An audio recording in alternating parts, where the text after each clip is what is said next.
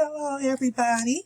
I'm Mabel Davis. I'm a registered nurse with a creative attitude and personality in leadership and innovation and teamwork, problem solving, and decision making.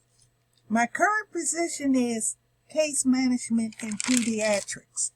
At Ascension Healthcare System, my most recent challenge is to keep beds open when admitting new patients across all departments. We cut costs in stockroom waste 75%, which slashed out monthly costs by a quarter for the infant ward, are among our key priorities. Working in a comprehensive network, Ascension Healthcare is a nonprofit Catholic healthcare system. We provided $2 billion in care for persons living in poverty and in other community programs. My key strengths are leadership, teamwork, and decision making. I'm sure I can use my expertise to achieve great results with this initiative.